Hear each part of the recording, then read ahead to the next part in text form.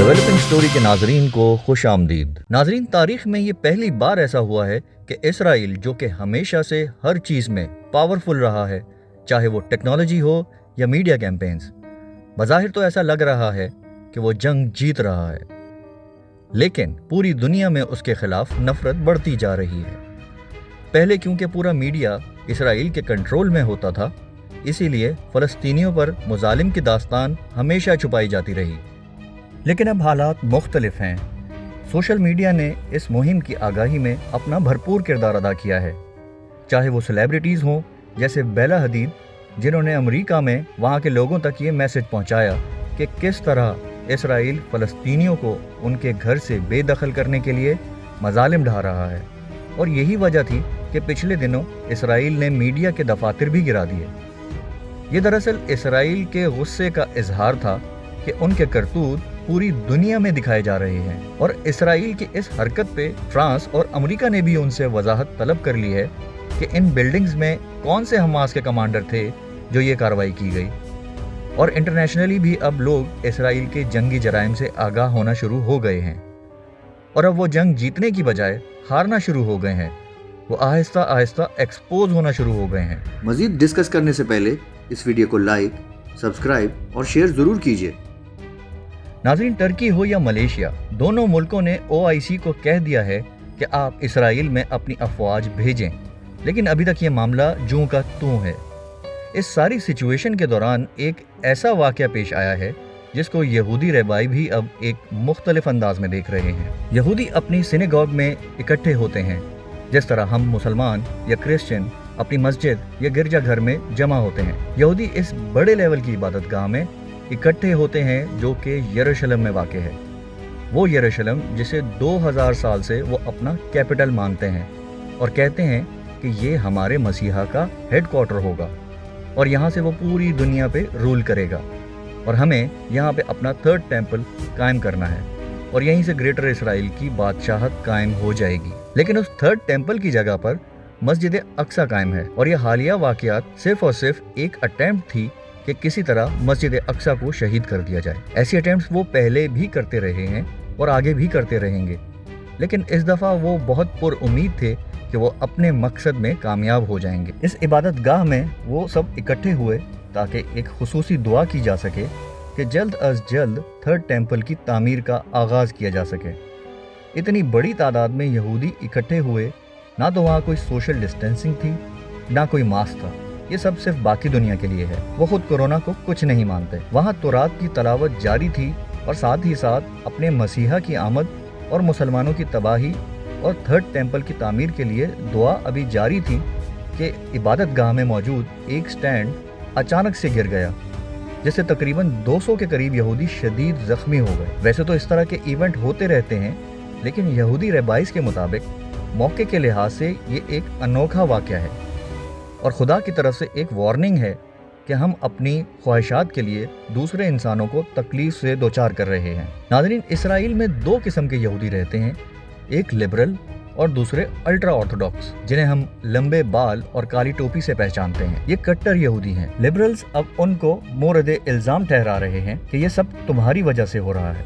तुम यहाँ आके बद्दुआएं मांगते हो और निहत्ते इंसानों पे जुल्म करते हो, तो ये खुदा की तरफ से एक पैगाम है कि तुम खुदा के चुने हुए पसंदीदा लोग नहीं हो। और ये कट्टर यहूदी इतनी प्लानिंग के साथ ये सब कुछ कर रहे हैं कि वो मुसलमानों की हदीसों पर अमल करते हुए धड़ाधड़ गरकत के दरख्त की भरमार कर रहे हैं। ये वो दरख्त है जिसके बारे में हदीस में आया है कि ये यहूदियों की हिफाजत करेगा। हज़रत अबू हुरैरा रज़ी अल्लाह ताला अन्हा से रिवायत है कि रसूलुल्लाह सल्लल्लाहु अलैहि वसल्लम ने फरमाया, क़यामत कायम नहीं होगी यहाँ तक कि मुसलमान यहूदियों के खिलाफ जंग लड़ेंगे और मुसलमान उनको कत्ल करेंगे, हत्ता कि यहूदी दरख्त या पत्थर के पीछे छुपेगा और पत्थर या दरख्त कहेगा, ए मुसलमान, अल्लाह के बंदे, मेरे पीछे ये एक यहूदी है, आगे बढ़, इसको कत्ल कर दे, सिवाय गरकत के दरख्त के, क्योंकि वो यहूद का दरख्त है। अब उनको हमारी हदीसों पर ज़्यादा एतबार है, और वो ये जान चुके हैं कि अब हमारी जानों को ख़तरा है। ये तो हम सबको मालूम है कि एंड ऑफ टाइम से पहले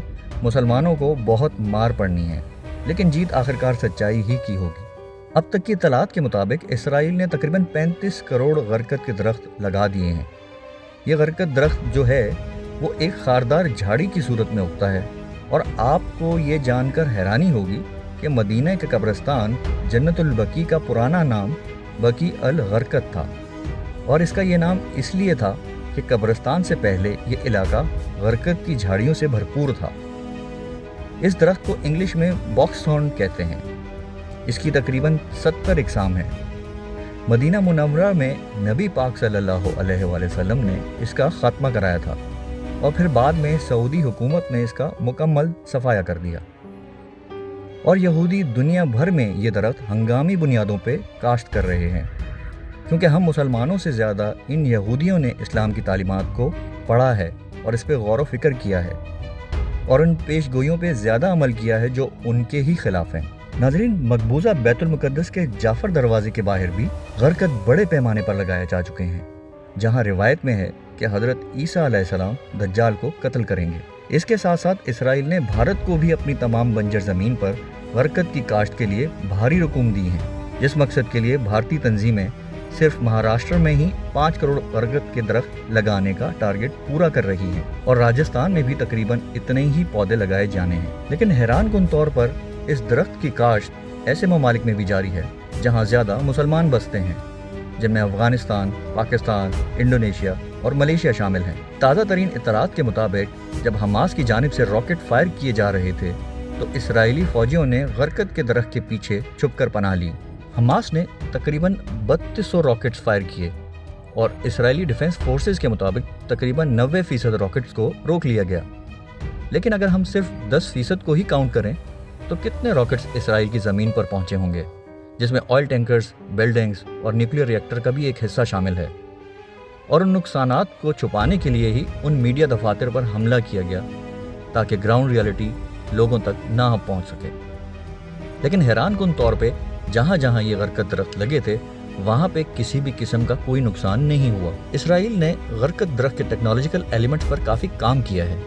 ابھی سننے میں تو یہ بات عجیب لگ رہی ہوگی، لیکن اسرائیل نے واقعی ہی اس درخت کو اپنی ڈھال بنانے کے لیے کافی ریسرچ کا کام کیا ہے۔ انہوں نے زیتون کے درخت اکھاڑ کر، جس کے بارے میں نبی کریم صلی اللہ علیہ وآلہ وسلم نے فرمایا ہے کہ اس میں شفا ہے، اس کو اکھاڑ کے غرقد کے درخت لگا دیے ہیں، کیونکہ وہ سمجھتے ہیں کہ نبی کریم صلی اللہ علیہ وسلم کی زبان سے نکلا ہوا ایک ایک لفظ سچا ہے۔